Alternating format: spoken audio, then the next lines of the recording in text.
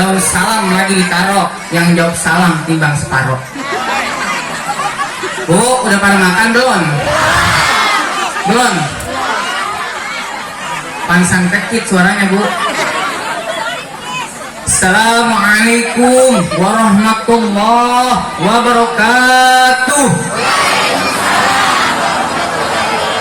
Alhamdulillahirabbil alamin wa bihi nasta'inu ala umuri dunya waddin wassalatu wassalamu ala asrofil anbiya'i wal mursalin wa ala alihi washabihi ajmain amin amma ba'du.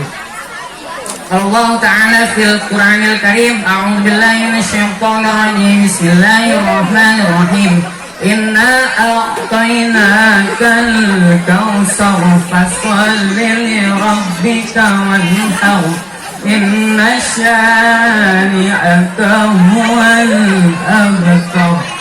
Surah Al-Qadim. Kalau ta'ala fil kitabil karim a'udzubillahi minasyaitonir rajim bismillahirrahmanirrahim. Talabul ilmi fardhatun 'ala kulli muslimin. Pertama-tama marilah kita panjatkan puji dan syukur kehadirat Allah Subhanahu wa taala yang mana Allah Subhanahu wa taala telah memberikan kita beribu-ribu nikmat, terutama nikmat iman dan Islam. Salawat serta salam tidak tercurah limpahkan kepada Nabi besar kita, yakni Habibana wa Nabiana wa Maulana Muhammad sallallahu alaihi wasallam, kepada sahabatnya, kepada tabiatnya, kepada keluarganya, sampai juga kepada kita selaku umatnya. Amin amin ya robbal alamin. Yang saya hormati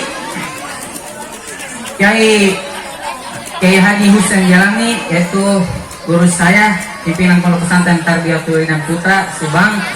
Yang saya hormati Kiai Abudin ZA, yang saya hormati Ustadz Mukhlisin, dan saya hormati Ustadz Tono, dan yang saya hormati Al-Mukarram Al-Ustadz Yadi Abdurrahman, dan saya hormati Al-Ustadz Yani, dan saya hormati Ustadz Urib bapak saya. Siapa tadi? Yang saya hormati Ketua RT 02 yaitu Bapak Mardin, dan yang saya hormati Ketua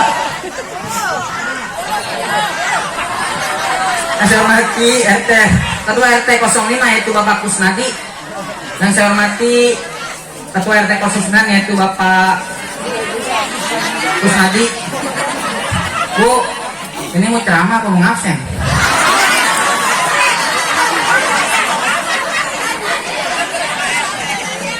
Yang saya hormati Majelis Ta'lim Bapak Kampung Poncol Indah, dan saya hormati Majelis Ta'lim Ibu-ibu Kampung Poncol Indah, dan saya hormati Majelis Gabungan MT Irdas, dan saya hormati Panitia Maulid yaitu saya, dan saya hormati santriwati yang saya banggakan, dan saya hormati nenek moyang Kampung Poncol Indah di Domit Memadi.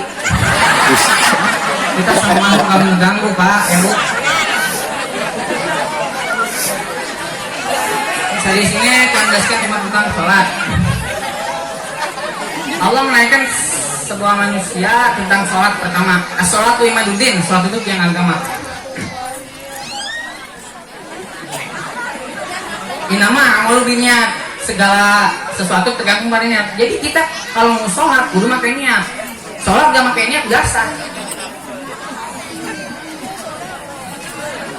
Bagaimana Bang Apis? Kemarin saya habis operasi badan. Lah kok operasi badan? Badan saya operasi Bang. Oh dioperasi, emang apa? Dioperasi badan, karena dokter saya mau wudu. Kalau saya mau wudu kena air bisa mati. Nah, coba itu. Ganti dengan tayamum. Nama itu tayamum lillahi ta'ala, pakai tanah. Tanahnya bagaimana Bang? Masukkan ke hidung itu, ke kuping, hidung lu, bukan hidung gua.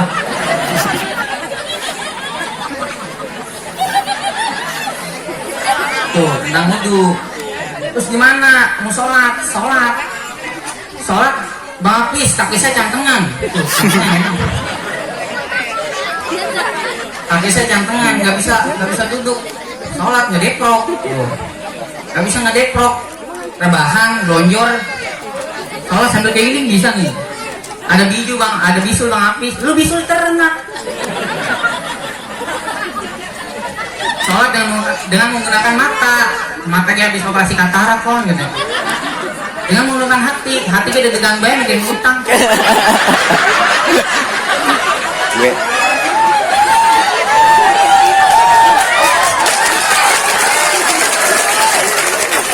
Hati kita degan bae bikin utang. Ya udah, sekarang gini lah, kita panggil Amil kita kubur mah hidup nih nggak mau sholat.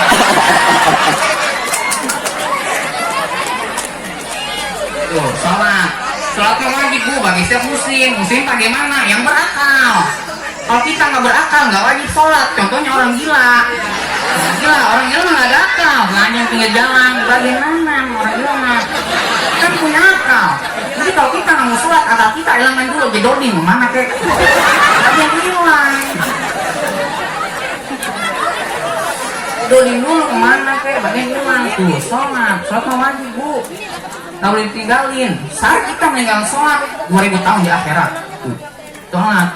Sholat wajib bu, sholat fardu ada berapa biji? Subuh, zuhur, asar, maghrib, isya itu wajib. Yang head nggak wajib. Itu kagak boleh sholat kemali. Sholat maka kudu wajib bagi seorang muslim yang baik, yang berakal. Sholat nih bu nih, laki-laki pakai sorban. Jangan malu pakai sorban, bukan rusak, bukan kiai bu. Sorban kalau bukan kita yang pakai salah.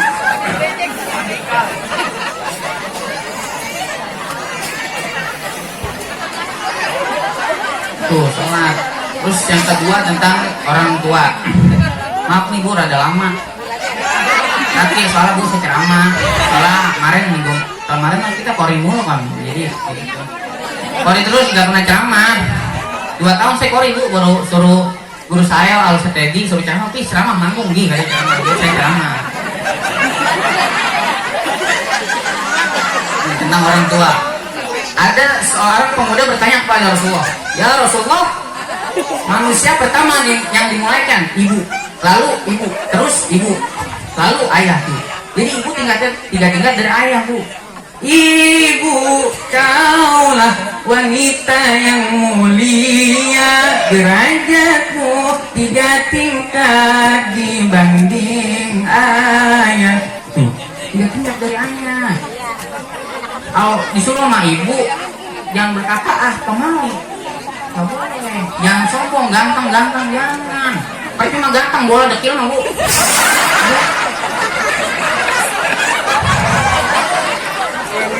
Jangan sombong lah itu dia, ganteng jangan. Ingat, kita tuh diciptakan dari air hina bu, air hina kita diciptakan. Yang buat siapa? Emak. Aja yang buat tahu loh. Kita.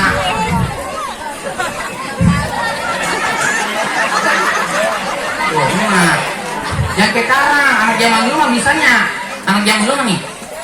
Bagian orang tua kayak karang, misalnya orang tua anak zaman karang. Misalnya jual hati orang tua, jual mobil orang tua, rumah orang tua, anak zaman karang, anak zaman dulu mah kayak gini bu, beda. Karena mah musim zaman now, karena mah musim zaman now. Orang zaman dulu mah bu, orang zaman dulu mah bapak-bapak pulang nih dari sawah, bawa pacul, minimal bisa 1 anaknya. Bapak lewat, baba mana tuh. Bapak datang, baba mana. Jadi nggak ngeh, bininya bisa 1, nggak ngeh. Acil dilempar. Tiba nih kata, oh gini loh, ketiban pacul loh. Bapak mana, gini dong anaknya. Bapak mana, anak semuanya kasep.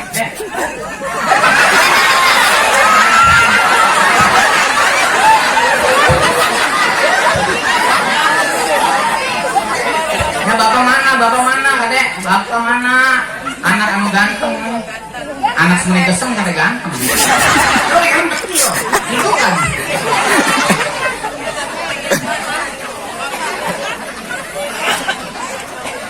Ibu, makanya perjuangan ibu nggak mau tiara hati di dunia bu.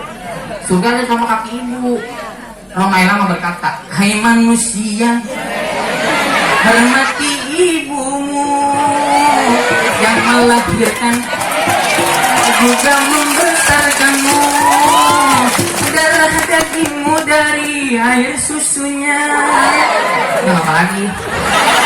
Itu ibu.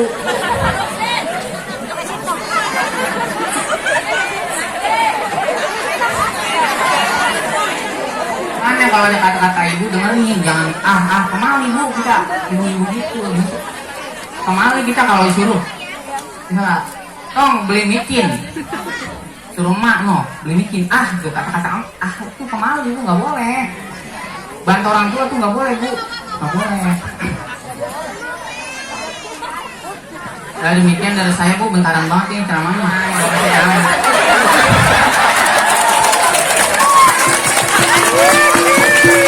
Demikian dari saya, amplopnya dikit bu, nggak boleh.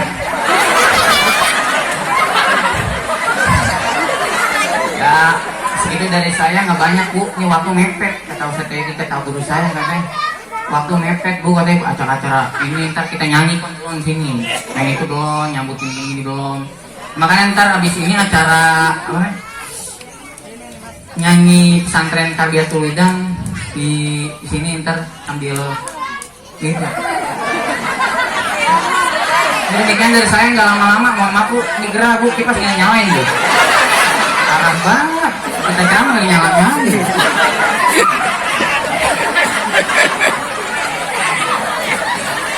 Gitu aja bu, kakinya pengkor tuh, tegal banget.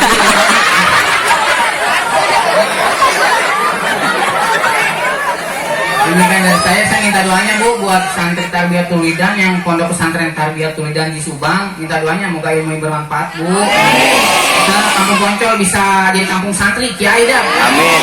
Mudah-mudahan nih jadiin pondok pesantren bu kalau bisa mau bu. Pesantren jadi.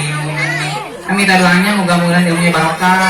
Terus penyakit ABC, arata baru cerenang bu hilang. Jadi duduk sama pondoknya. Pokoknya jadi duduk. Pesantren. Emang 95% pesantren tuh kayak gono semuanya. Ini kebanyakan bu cenang tuh jadi duduk jadi santri. Makanya wajar pulang pesantren, santri buka celana para bento-bento banget. Satu kadut.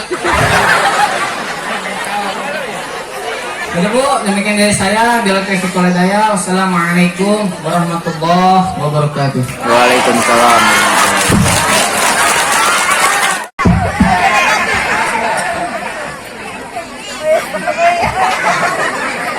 Bismillahirrahmanirrahim. Assalamualaikum warahmatullahi wabarakatuh.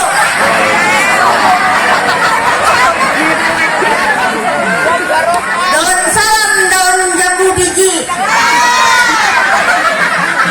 Semoga yang dapat salam naik haji. Alhamdulillah, alhamdulillahilladzi khalaqal mauta wal hayata liyabluwakum ayyukum ahsanu amala. Summa shalatu wassalamu ala rasulillah wa ala alihi wa sahbihi ajmain. Amin. Amma ba'du. Pertama-tama marilah kita panjatkan puja puji serta syukur kita kehadirat Allah Subhanahu wa taala yang telah memberikan kita kesehatan sehingga kita bisa berkumpul di tempat yang semoga dimuliakan oleh Allah Subhanahu wa taala. Dan serta salam terbakilah kita curah limpahkan kepada junjungan kita yaitu Habibana wa Nabiyyana wa Maulana Muhammad sallallahu alaihi wasallam, kepada sahabatnya, kepada tabi'atnya, semoga sampai kepada kita selaku umatnya. Amin amin ya rabbal alamin. Yang saya hormati guru kita Ustadz Edi Abdul Rahman, yang saya hormati para tokoh masyarakat, ibu bapak yang tampaknya telah hadir. Karena guru-guru di pesantren.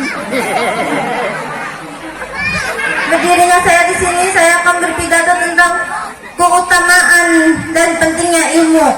Seperti yang kita ketahui, ilmu sangatlah penting bagi kita. Ilmu sangatlah penting bagi kehidupan kita di masa yang akan datang.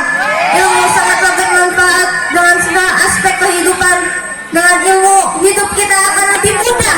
Dengan ilmu, kita akan hidup bahagia. Betul apa betul, Bu? Betul apa betul, Pak? Hadirin rahimahumullah.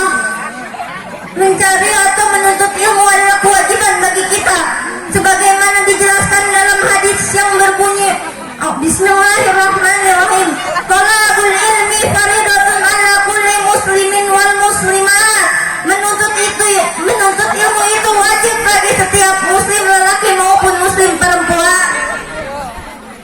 hadis lain mengatakan utlubul ilman minal lahdi ilal lahdi, tuntutlah ilmu dari buayan sampai liang lahat. Maka dari itu marilah kita menuntut ilmu, karena ilmu sangatlah bermanfaat bagi kehidupan kita.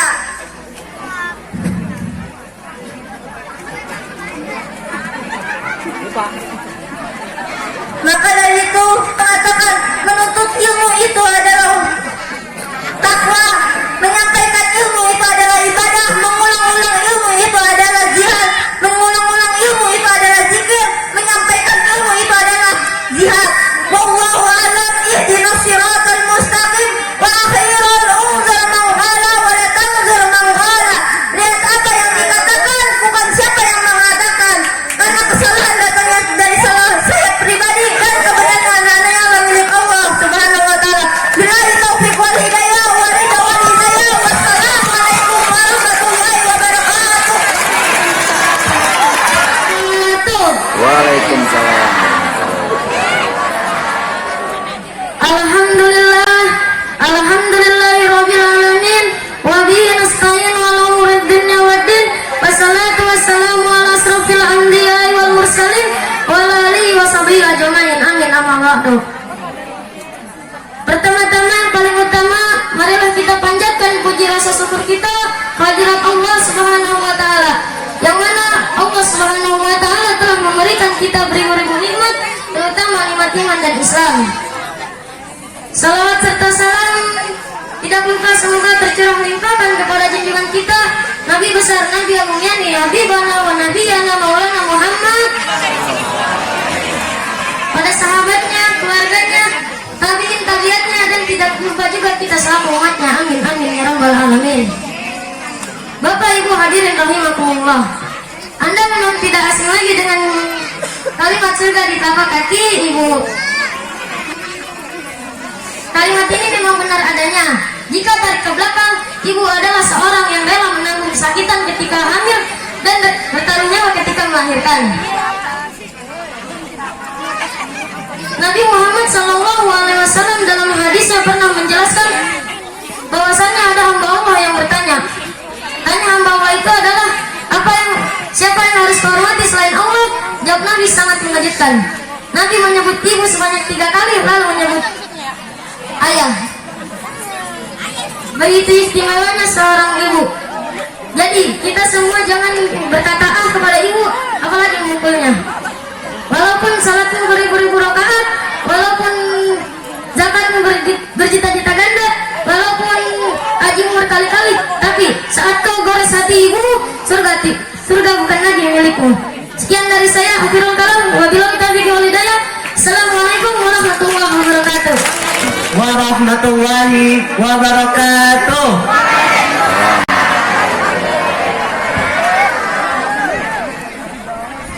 Pak Nababan di atas atap. Jawabannya kurang mantap. Assalamualaikum warahmatullahi wabarakatuh. Waalaikumsalam warahmatullahi wabarakatuh.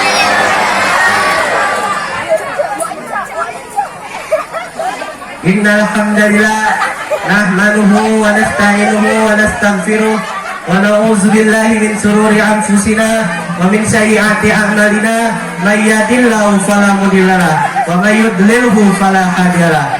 Asyhadu an la ilaha illallah wa asyhadu anna Muhammadan abduhu wa rasuluhu la nabiyya wa rasula ba'da. Yang pertama-tama, marilah kita panjatkan puji serta rasa syukur kita kehadirat Allah Subhanahu wa taala, yang mana berkat ribuan limpah nikmatnya kita bisa kumpul pada kesempatan di pagi hari ini.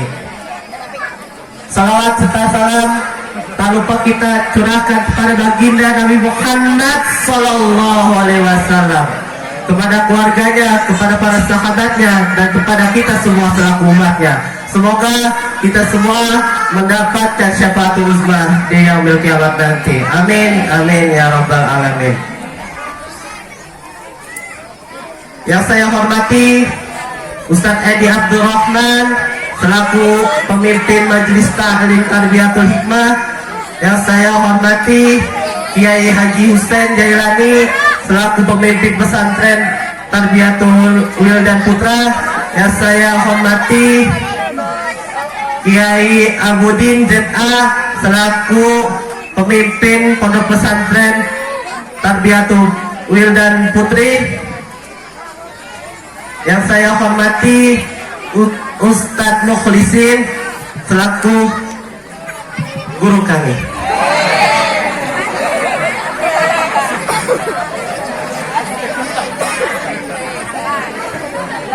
Berdirinya saya di sini ingin menyampaikan manfaat salat.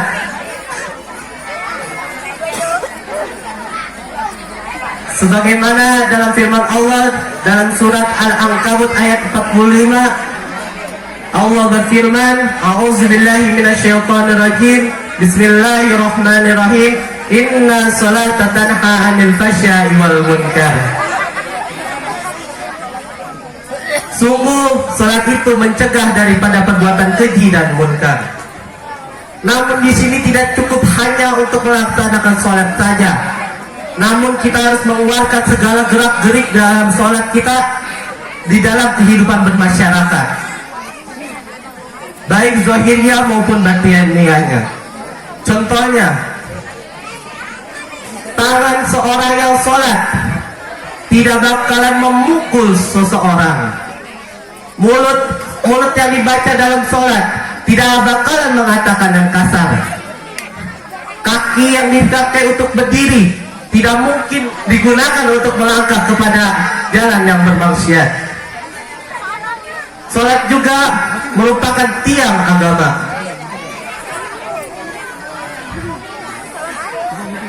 As-sholatu imaduddin falan taraka faqad aqamatin. Paman aku maha fakat anda badit. Salat merupakan tiang agama. Barang siapa yang mendirikan salat, berarti dia mendirikan salat. Barang siapa yang meruntuhkan salat, barang siapa meninggalkan salat, dia meruntuhkan agama sendiri. Oleh karena itu, marilah kita melaksanakan salat supaya agama kita bisa menjadi mercusuar mercusuar yang menerangi seluruh dunia ini. Dan juga sholat merupakan amalan pertama kali yang akan dihisab oleh Allah Subhanahu wa Ta'ala. Dalam hadis Nabi Sallallahu Alaihi Wasallam, beliau bersabda, "Awalu ma yuhassabu alaihi abdu yaumal qiyamati sholat." Al-Hadis. Salat merupakan amalan yang pertama kali yang akan dihisab oleh Allah Subhanahu wa Ta'ala. Jadi jika salat kita rusak, maka rusaklah segala amal perbuatan.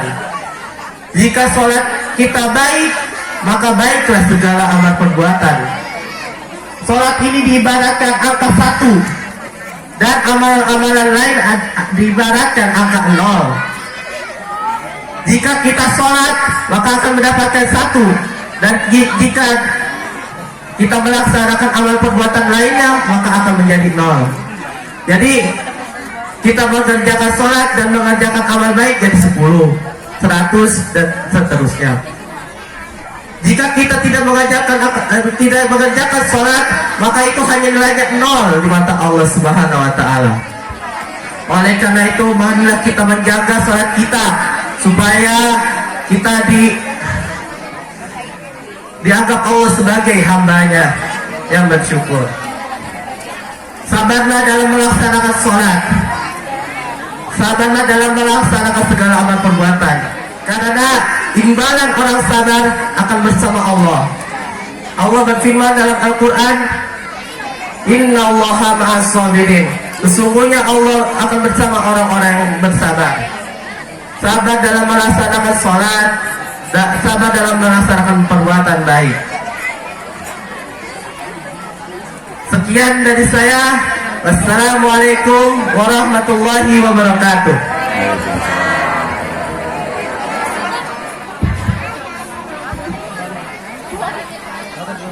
Assalamualaikum warahmatullahi wabarakatuh. Yang kanan, yang kiri kurang serempak, tengah-tengah nggak pakai sempak. Sekali lagi, Assalamualaikum warahmatullahi wabarakatuh.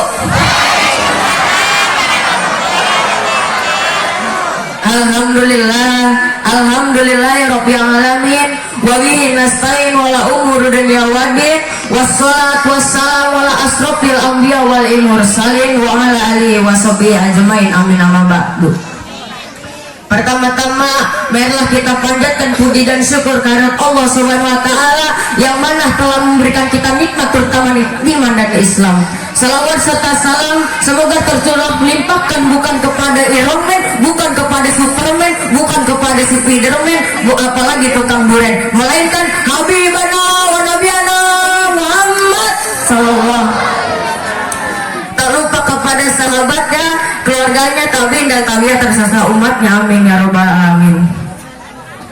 Para hadirin rahimakumullah, seorang pemuda Mesir pernah berkata, di tangan pemuda lah adalah umat, ibu hidupnya umat, dan di kaki pemuda lah urusan umat. Hadirin sebangsa dan setanah air yang kami banggakan, pepatah Arab mengatakan anasu ala diini mulukihim, yang artinya agama manusia sangat bergantung kepada agama penguasanya. Hal ini mengisyaratkan kepada kita semua hadirin bahwa tindak tanduk seorang pemimpin sangat bergantung kepada agama penguasanya. Tatkala pemimpinnya jujur, maka akan berdampak kepada sistem pemerintahan, rakyatnya dan bangsa yang subur dan makmur. Tapi sebaliknya hadirin, tatkala pemimpinnya kotor, berjiwa koruptor, kerjaannya molor, maka ini adalah hancuran sebuah bangsa. Masyaallah muslimin rahimakumullah. Mengingat betapa pentingnya akhlakul karimah bagi para pemimpin. Oleh karena itu hadirin, saya ada pada kesempatan kali ini saya akan berpidato tentang urgensi keteladanan akhlakul karimah bagi para pemimpin. Muhammad bin Abdul Az-Zakashi mensyarahkan hikayat wa alihim li ghairi itajabihi wa kufrihim, menceritakan seseorang kepada yang lainnya aneh karena atas perbuatan dan keingkarannya. Maksudnya hadirin, tatkala seseorang telah diajarkan kehidupan kebaikan dan kebaikannya dalam kehidupannya, tapi ia tidak mau mengaplikasikannya dan mengajarkannya, maka dia termasuk orang yang bodoh. Kalau kita tarik dalam dimensi kepemimpinan, sungguh sangat bodoh. Tatkala pemimpin telah diajarkan oleh Rasulullah tentang bagaimana menjadi pemimpin yang baik, tapi ia ingkar dari ajaran Allah, ia ingkar dari tujuan Rasulullah, ia ingkar dari firman-firman Allah, maka orang tersebut termasuk orang yang bodoh. Mungkin sekian dari saya. Billahi taufiq wal hidayah. Wassalamualaikum warahmatullahi wabarakatuh. Waalaikumsalam warahmatullahi wabarakatuh. Harta tak akan dibawa mati, bersedekah perbanyak rizki. Lapangnya hati bila berbagi, insya Allah berkah menanti.